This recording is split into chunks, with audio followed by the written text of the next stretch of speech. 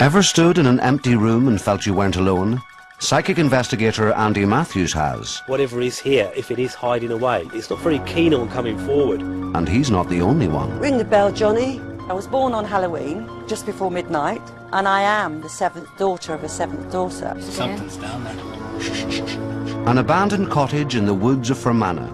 Some say this place was once home to an evil spirit. Others say it's still here. Do you know what I want to say? Get behind me, Satan. Did you not just hear that? If something's thrown outside, there's nothing outside. The kind of results we're looking for is hard evidence. What the hell? There's something banging around somewhere. Somebody has to. They believe. The question is, do you?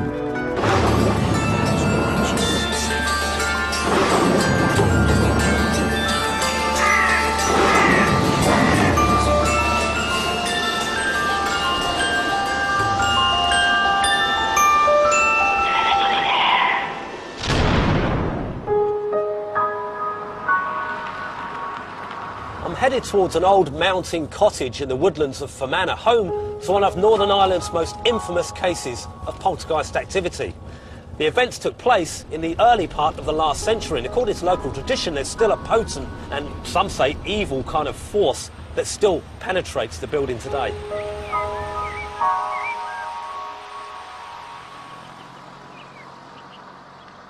I have to say, even on the approach to this remote cottage, the stillness in the air, the atmosphere, the eeriness of the whole place is quite overpowering.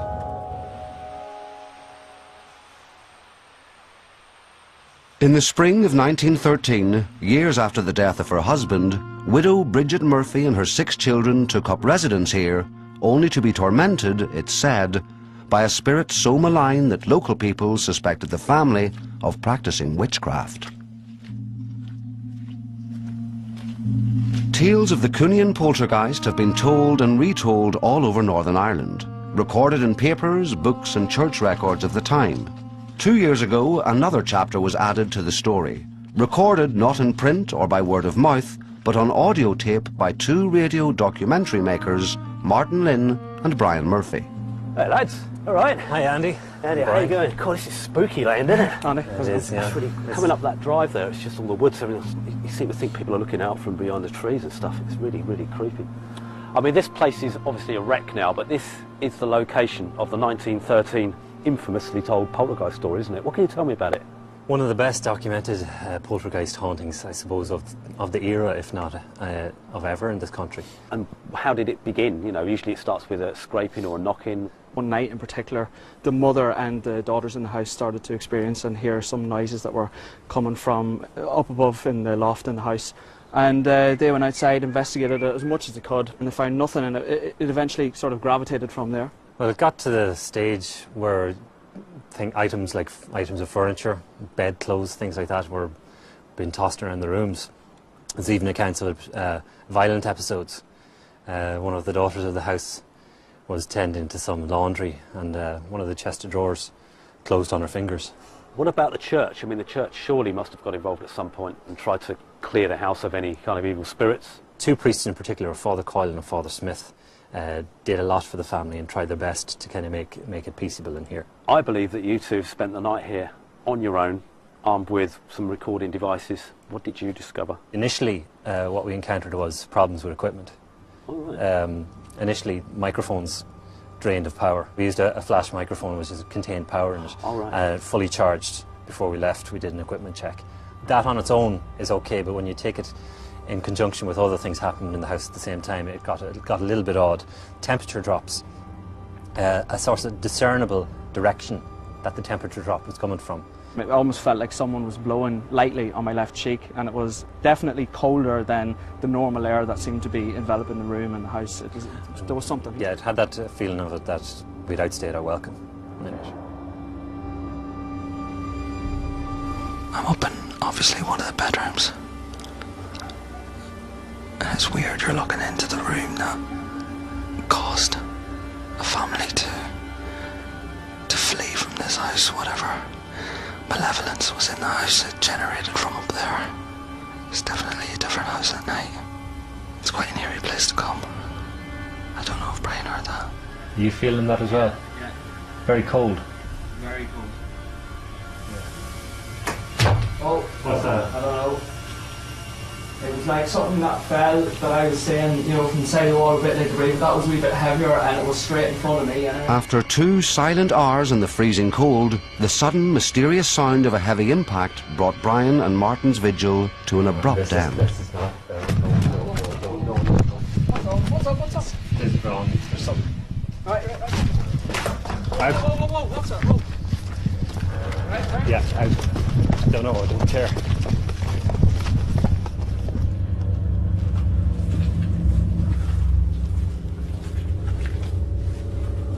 This would have been the room where Annie Murphy and the rest of her sisters would have slept and spent a lot of the time, and a room where a lot of the manifestations and noises would have been emanating from. So this is where it was all focused upon? Probably the major, anything major that would have went on in the house happened in this room. Above that was a loft area, and there were descriptions of forces of some kind coming down from the loft area along the walls and turning at angles. One documented account is of the sound actually plummeting below the surface of the ground. Really? And actually the sound emanating like from the ground itself. Other occasions it came down along the wall and out into the middle of the room. Which makes me wonder, is it the site itself that caused that particular poltergeist occurrence, or is it the family? To discern any link between the phenomenon recorded by Martin and Brian and the infamous poltergeist of Cooneen, Andy will need to find out exactly what happened to the widow Murphy and her family in the spring of 1913. At nearby 5 Mile Town Library, he's arranged to meet amateur historian Alex Elliott. Mr. Elliott, Andy Matthews, lovely to meet you. Since I came to 5 Mile Town here 60 years ago, I'd taken an interest in this Cooneen ghost. It caused quite a stir around the country at the time it was active. And I have read anything and studied any facts about it. And Shane Leslie wrote a book about it there, and he has the best information, I believe, and the most accurate information there is on the Cooneen ghost. He got his facts from the priests. They were there constantly. What kind of things stick out in your mind? Father Coyle said one of the most alarming things he saw was, while they were standing there chatting, all of a sudden something appeared to come down from the ceiling in an awful rush. They didn't see it, no, couldn't describe what it was. Something just went into the ground at their feet. And this really frightened them. And when they looked around, the priest noticed that the bed in the corner, there was a white sheet or something, it seemed to be moving. And was gradually formed the shape of a human body laying on the sheet on the bed. And where the sheet was moving was where this form was breathing hard. And he said, the priest described it, he would have known such things. It was like a hard death, what they called in the country. Somebody's breathing their last. Yeah. So the thing on the bed breathed at his last, gasped, and faded away. The bed flattened out, and everything was as quiet was nothing more at all. Sudden, unexplained noise and movement is typical of what's often described as poltergeist activity, a German word literally meaning noise-making ghost. This, according to every version of the story, is what Bridget Murphy and her family experienced at Cooneen. Andy, however, is not so sure. Medium Marion Goodfellow knows nothing about the legend of Cooneen. In time, Andy will share what he's learned, but for now, he's more interested in what Marion can discern with her own senses. Good grief. As they make their way through the woods towards the cottage, Marion's already sensing a disagreeable presence. As we were walking up the path, you know, I was holding on to Andy, and Andy was also feeling my trepidation. The energy that you feel as you're walking up the path is awful. It's awesome. Yeah, it's just that thump here in my chest. Why it should feel so bad, I haven't a clue. Nobody is communicating with me, apart from trying to keep me out. You've brought me to some places. I know.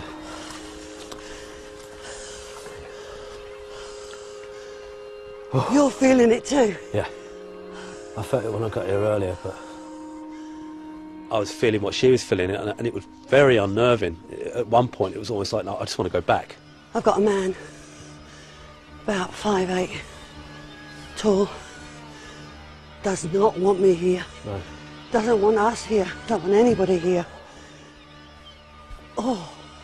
I mean, I come into this place with all the love in the world.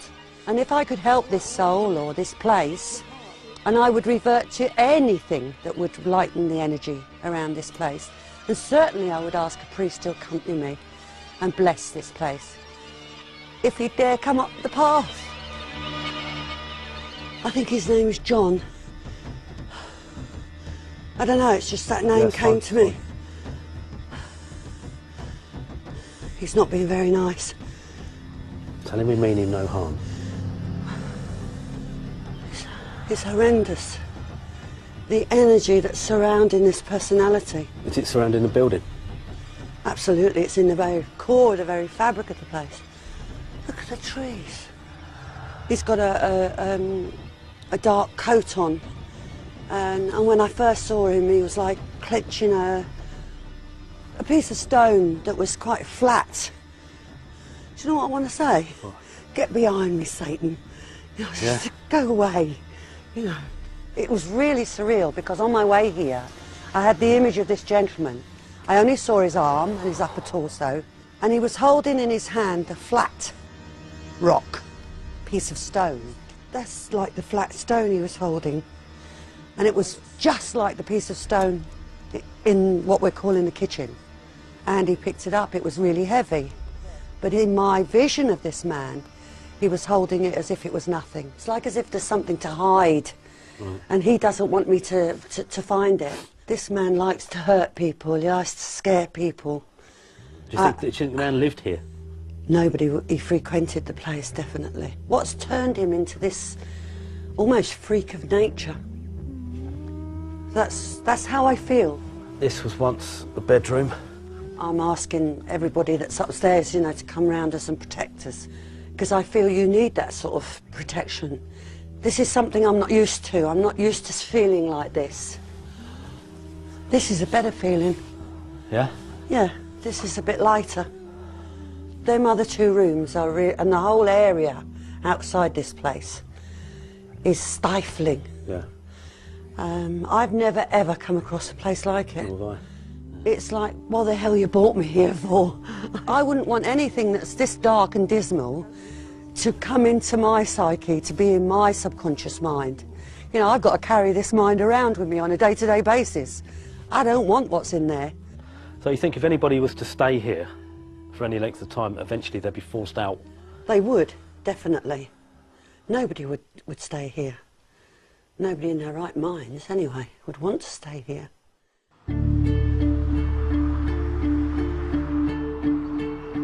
Keen to throw more light on this dark tale, Andy pays a visit to Enniskillen Library, where a host of early 20th century newspaper reports and other written accounts of the Cooneen ghost are held. I'm investigating the Cooneen ghost, and it's over 100 years old, this case, isn't it? It is indeed, and we have hard copies here of both the Fermanagh Herald and Impartial Reporter. My word, there it is, yeah. It's got a door. House. So I went up there the other day. It's basically just a wreck now. Richard Murphy, son James, 5 daughters, yeah. I stood in the children's bedroom, Father Call told us, and watched the clothes on the empty bed rising and falling at exactly the rhythm of a person breathing. I mean, there's so many witnesses to this case. The knocks, the tap-ins. It's just incredible, really. Plates and cups being thrown. There was really no ghost origin dating from real life except a rumour that an old pensioner had been murdered there on the day he drew his quarter. When it was asked to play the Soldier's Song, the tune came in taps because it used to tap and make the knock-ins, and it seems to like the Soldier's Song. That's interesting.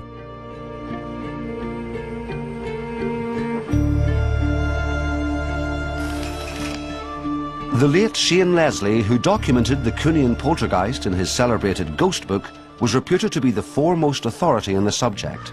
His son, Sir Jack, now 93, has agreed to meet with Andy at the family seat, Castle Leslie in Monaghan. Once he saw a human form raised under the sheets of an empty bed. He described it as like an animal moving underneath. He felt fear when it was spitting at him or lapping like a dog, or escaping under him on the bed. He always addressed it as Johnny. Now, I've been investigating the Cooneen ghost, and Yes. your father, Shane Leslie, has written about the Cooneen ghost in his book, his ghost This book. book, And yes. that was there. Well, I'm glad you found it so interesting. But it was fascinating. It sounds rather a creepy sort of place, the strange atmosphere. It is a very, very strange place. He had an interest in the paranormal, didn't he? Yes. Which was a lifelong interest. Yes, he always did. How did he get into that? How did He he just start? was interested in it. What was his first investigation of a haunted house? Did he ever tell you that? Well, he had this group at Cambridge of friends of his who were similar tastes. So much was said and rumoured that I'm glad to have interviewed the three priests and obtained the most trustworthy evidence concerning the Cooneen ghost. It remains to be added that the family retreated to America, where they were no more troubled. Even now, local opinion differs on the subject of the Cooneen poltergeist. According to Alex Elliott and others, when the Murphys fled to America, they went alone. They said that the ghost followed them. They must have had some communication. They still had friends at Cooneen. And that they had to move several times in America, and eventually, as apparently always happens, while the children grew up, they disappeared and left them alone. We have it here that they left on the SS Praetorian sailing from Glasgow on the 31st of July 1915. And there they are, Bridget and her family. And in 1930, they're still there. As to whether the poltergeist actually followed them, as the saying goes, or the legend goes, if you like, is open to debate.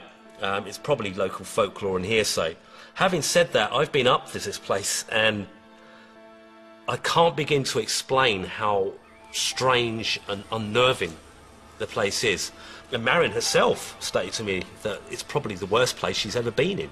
And she's been in a lot of haunted buildings over the years. So hopefully we're going to be able to find some kind of evidence to back up this story, to see if anything still remains at Cooneen Cottage, because I feel that there is something dark and brooding still remaining there. The paranormal study and investigation teams specialise in separating scientific fact from superstitious fiction.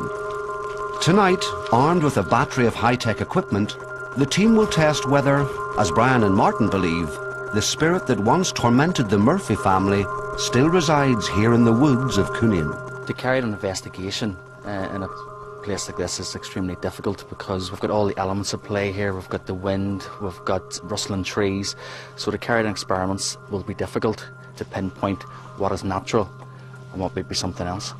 That'd be a good idea, actually, to stick a pot or a pan or something here, in case we do get some kind of reaction. That's certainly it's a creepy place. It has all the perfect setting. Be interesting to see exactly what the psychological effects of that would be, obviously on the guys that are getting there.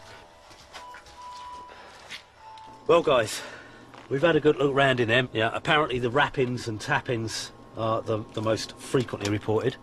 Now, you set some cameras up where?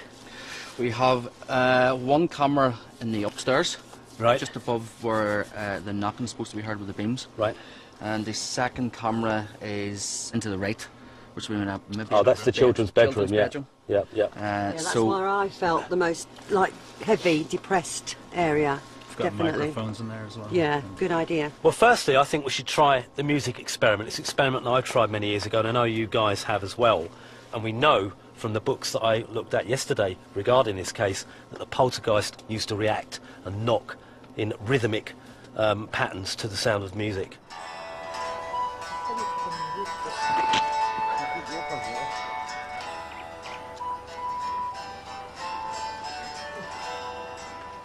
If spirits exist, they may react to a particular piece of music that they may recognise from that time period. With no apparent response to the audio signal, the team move on to another experiment. This time a means of revealing any physical presence that may be manifesting itself in the cottage. What we're going to do is we're going to set up a smoke machine just in the bedroom, the front bedroom, and the idea is that hopefully if there is spirit in there, it'll obviously come forward and it'll create an image or we'll see some displacement within the smoke. To capture the images, hopefully we're going to be able to do that in two ways. Number one is with a digicam, which is within the room, so obviously hopefully we'll get some video footage that way. And the other way is Roddy is going to take some snaps, some still snaps, and see if we can pick up something there as well. We ask that you come forward and show yourself. If that was you, can you come forward and tell us why? So far, both experiments appear to have drawn a blank. Marion suggests another approach. Offering any spirit that may be here a series of familiar early 20th century objects, she'll now attempt to make contact. I know you don't like me here.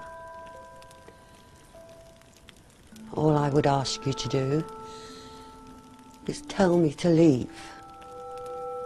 Shut. Ring the bell, Johnny. Feel my back. It's hot. Yeah. So lynching.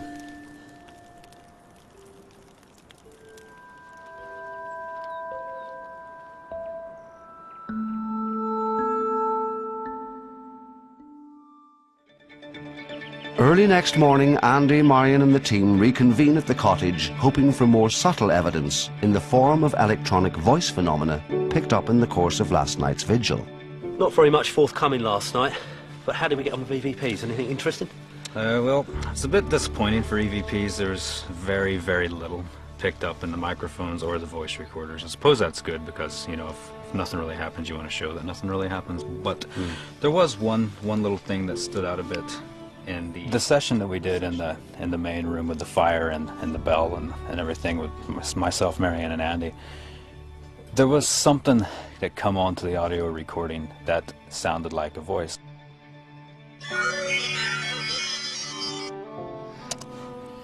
Now it's a little bit electronic sounding because I had to bring the volume up a little bit and take the noise out. Right.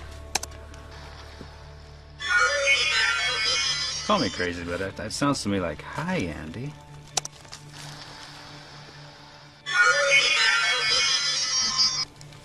You struggling with it? Yeah, I can hear it, but it's... that's all we had. You know, I was expecting probably a little bit more phenomena, a few more voices, even the rappings and the knock-ins that have been reported. We had none of that whatsoever. About a minute before. We are just trying to make contact. That's what Marion said. We were just trying to make contact. 45 seconds later, you have... It's very easy to make that jump from getting what sounds like a voice to the jump to say it's possibly spirit. You know, we're not going to do that. We're not going to say that. It may have been noise contamination. When you come to a location like this with high expectations, if it is allegedly haunted, that this is where we're going to get something. Unfortunately, there's no light switch and you can flick on or off in this game, and rather disappointing evening. You know, I thought we would have got a lot more. But then again, I don't think it's a normal haunting. I don't think it's something like, you know, some of the other places we've been to. This is something that's localised. I'm thinking now that, you know, maybe we're approaching this in the wrong way. We've gone in there with far too much technology, far too much intrusion, far too much going on. So I think I'd like to approach it the way Martin and Brian did, and that's go a little bit more softly. So I'm going to send the lads back in tonight, just them, their field equipment, and let's see if whatever is there is going to show itself when it's quiet.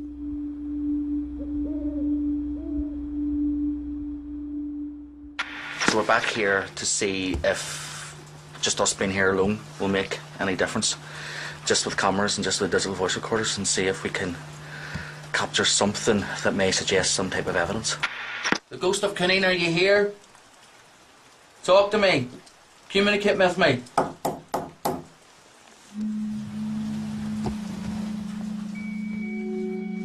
Is anyone here? Battery is draining here. It's flashing up. But it shouldn't be. It's flashing up saying it's out. Cormac, that battery, whenever I turned the camera on, was saying... Hang on, that did say 64 minutes. Did, yeah. That said 64 minutes when you come in. This camera that I'm using has a lot of information up on the screen whenever I'm filming. And for the first time ever that I've ever used this camera, everything is just wiped completely off the viewfinder. All the information, the battery meters. saying 109 minutes a minute ago, and it's dropped down to 66 minutes. Literally within the space of about 2 or 3 minutes. That's exactly what happened to the other guy soon. He done a vigil here, was all their gear just packed in, bodies drained.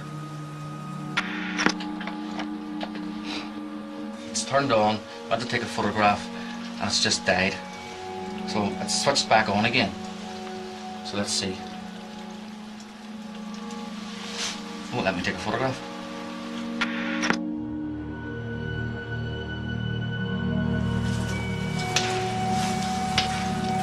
What the Did you not just hear that? Yeah, I did. Yeah, it was like something was thrown outside. There's nothing outside. That was loud. Sounded like a rock being thrown. On a mind. Oh, I like the way you're making me go out first. You are the leader. Hello? Any chance of being vandals or anything? God, is No, there's not going to be anyone up here this time of night. Well, I guess. In the morning, with the unsettling events of the night still fresh in their minds, the team have been busy analysing the data they managed to collect before the last of the batteries gave out. Cormac, that battery, whenever I turned the camera on, was saying, hello, that did say 64 minutes. That said 64 minutes we come in. I mean, I've had battery drainage in the past, but I've never had it go on 1, 2, 3 cameras like that. Well, exactly. So I mean, quickly, you can put it down to certain things. You can probably put it down to the temperature and everything else that can affect batteries. But in this case, it's all the batteries, no cameras. Obviously, the place is associated with a poltergeist, and poltergeists are known, allegedly, to be able to drain energy from people, microwave ovens, television sets, play around with circuitry. But there's nothing here for it to draw power from except us, our own energy fields, and our equipment. I said, if you're here, give us a sign. Yeah. Now, not to run away with it. It could have been coincidence that the equipment started to fail, but it was at that point. And at that stage, it's when I heard the loud bang just outside here in the forest, which, to be honest, unnerved me a little. I came out to have a look, thinking, right, is someone here playing jokes? But there wasn't. Where did it come from?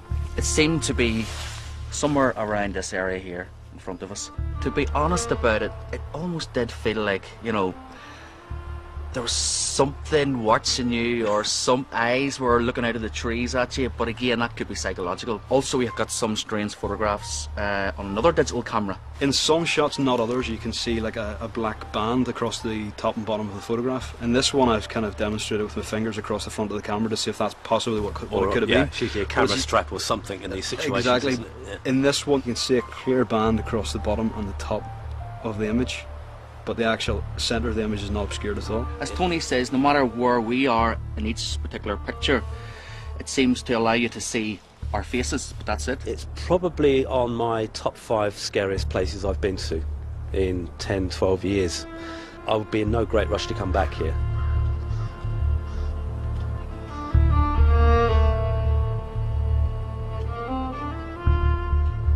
Some say that whatever spirit tormented Bridget Murphy and her family nearly a century ago left Cooneen along with them. So what exactly did Martin, Brian and the PSI team experience here? Andy and Marion believe it was the spirit of the place itself. The question is, do you?